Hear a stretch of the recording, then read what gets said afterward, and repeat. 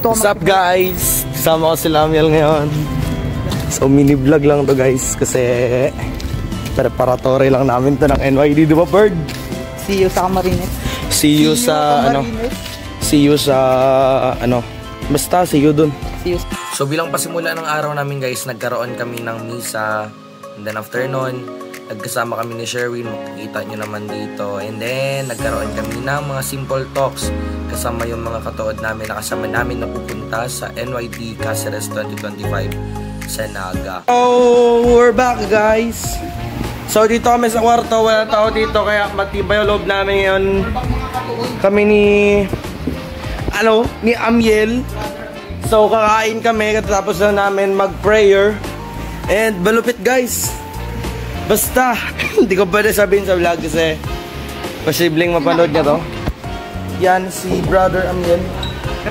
Yeah, so we're going to eat muna mga katuod. Let's G. So yun guys, kumain muna kami and then yung ulam namin is munggo. Nakikita nyo naman, sobrang sayaw kasi munggo ulam namin. So makita nyo, yan, tinuto kay Amiel yung camera. Yan, tinago. Sobrang saya talaga namin ng mga time na yan. And then tinuto ko naman kay Sherwin yung camera. Pero sa sinawag ko siya, inalis yung camera kasi daw nahihiya siya. Hindi yun, sobrang dami nangyari nung mga time na yan. Kasi katatapos lang ng first session namin yan. And yun, sobrang dami namin ginawa. Nagkaroon kami ng getting to know each other. Nagkaroon kami ng simple talks. Then we lift ourselves to the Lord. After namin kumain, nagkaroon kami ulit ng simple talks with Kuya Chad, our AVP PYM youth leader. So yun guys, dito kami sa may labas ng katedral. Dito kasama ulit si Amiel ngayon guys. So ano guys, katatapos lang ng day 1 ngayon, nag-send off na ng iba. So nag-send off na sila ng kami, maglalakad-lakad nila Amiel, dalawa kami. Kung sino po may gusto magsama. Basta yun, dalawa muna kami ni Amiel ngayon guys. Yeah! The next day. Guys, second day na, kagigising lang namin ni Amiel. Ako pala ako nang nagising. Sumunod lang yung nagising. Yes.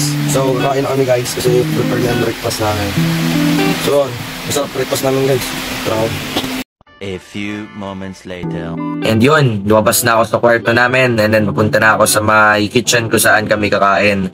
Sarap ng ulam namin guys. Ayun, inarap niya pa yung camera sa mukha niya kunwari hindi nahiya na mag-vlog.